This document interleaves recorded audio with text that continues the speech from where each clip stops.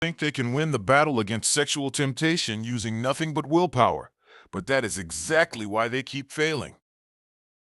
If you have ever felt like you are stuck in a loop of making promises to yourself only to break them a few days later, you are not alone. And more importantly, it is not because you are a bad person. In this video, we are going to break down a full battle plan to help you regain control.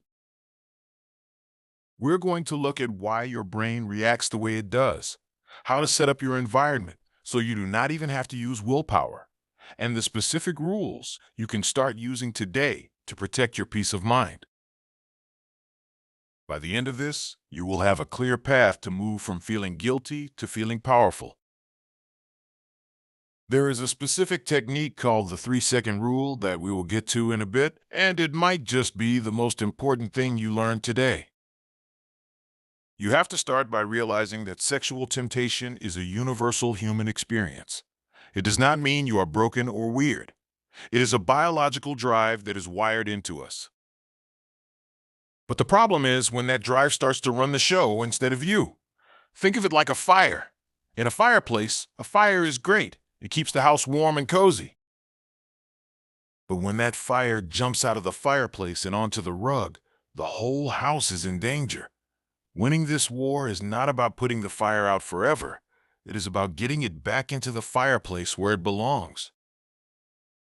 The first step is taking total responsibility.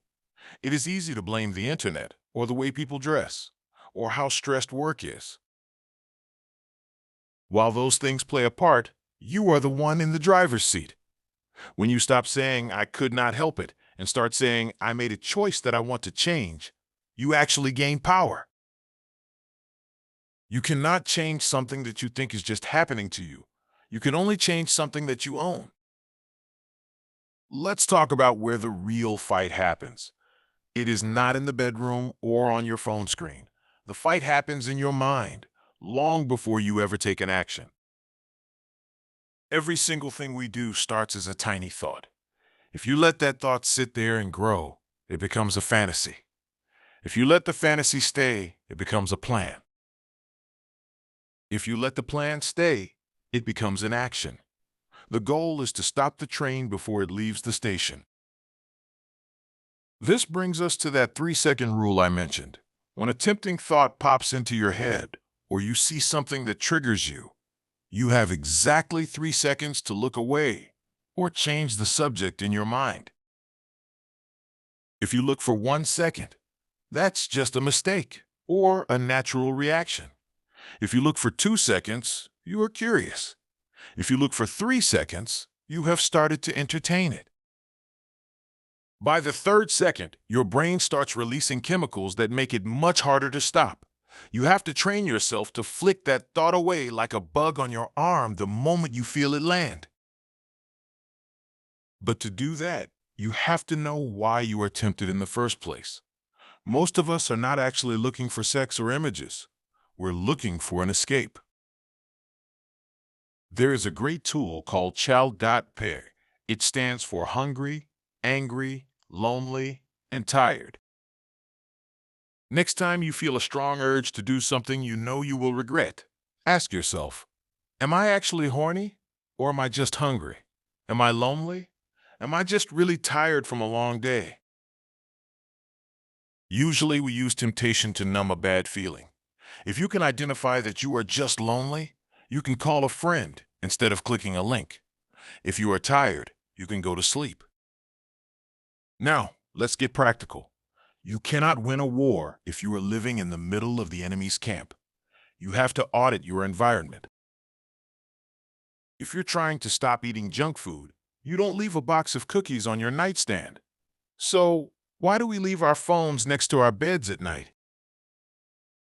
For many people, the phone is the biggest source of temptation.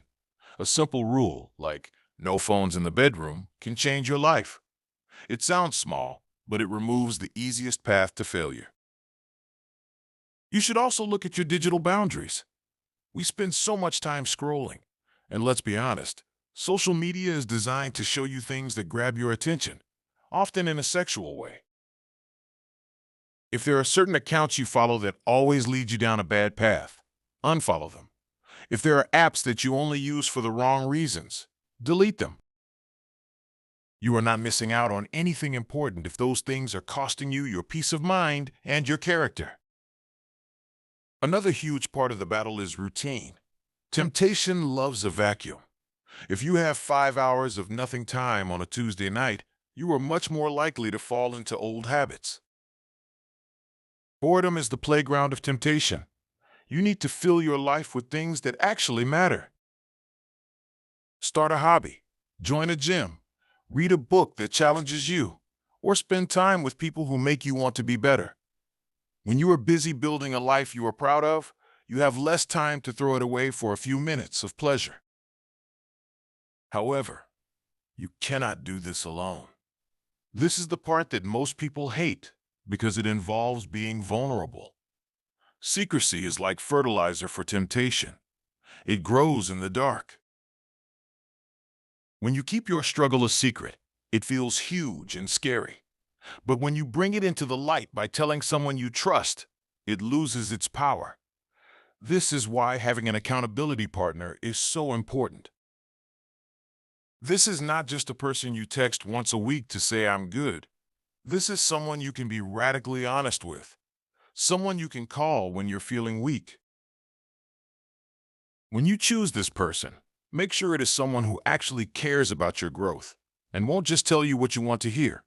You need someone who will ask the hard questions. What were you doing at 11 p.m. last night? Or why did you seem so distracted today? True accountability is not about being judged. It is about having someone hold the flashlight while you walk through a dark room. It makes the journey much less scary.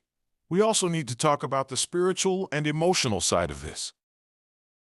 Many people find that their physical desires are actually a sign of a spiritual hunger. We're looking for connection, for meaning, and for peace. Practicing things like prayer or meditation can help you stay grounded. It gives you a moment to breathe and realize that you are more than just your impulses. Even something as simple as practicing gratitude can help. When you focus on what you have and what you are thankful for, you feel less like you are missing out on something. One of the most powerful tools for self-control is actually fasting. Now, I'm not just talking about food. Fasting is the practice of saying no to something that is good or neutral, so that you have the strength to say no to things that are bad. If you can train yourself to not check your phone for 3 hours, or to skip a meal, or to stay off social media for a day, you are building your self-control muscle. If you can say no to a cheeseburger when you are hungry, you will find it much easier to say no to a tempting thought when you are bored. The hardest part of this war is how we handle failure. Most people fall into a shame spiral. They make a mistake, and then they tell themselves, I'm a loser. I'll never change. I might as well just keep doing it since I already messed up. This is the worst thing you can do. There is a big difference between guilt and shame. Guilt says, I did something bad. Shame says, I am bad. Guilt can be a good thing because it moves you to change. Shame just keeps you stuck. If you fail, you have to use the get-up principle. Imagine you're running a marathon and you trip and fall at mile 10. Do you just stay on the ground and say, well, I guess I'm not a runner anymore, and then crawl back to the start? No, you get back up, dust yourself off, and keep running for mile 10. A failure is not a reset button. It is just a stumble. The faster you get back up, the less ground you lose. Analyze your failures like a scientist. Instead of beating yourself up, ask, what happened right before I fell? Was I stressed? Was I on my phone too late? Was I hanging out with the wrong people? Use that information to build a better wall for next time. Every failure is actually a lesson if you're willing to look at it objectively. You are building a system, and every system needs to be tweaked as you go. Winning the war against sexual temptation is not a one-time event. You don't just wake up one day and never feel tempted again. It is a process of lifelong vigilance. But the good news is that it gets easier. The more you say no, the stronger you get. The more you choose integrity, the more you start to love the feeling of having a clear conscience. There is a deep, quiet confidence that comes from knowing you are in control of your body and your mind. Think about the version of yourself you want to be 5 years from now. That person is strong, they are honest, and they are not a slave to their impulses. Every time you win a small battle today, you are creating that person. You are not just quitting a habit, you are becoming a new man or woman. You are choosing a life of freedom over a life of hiding.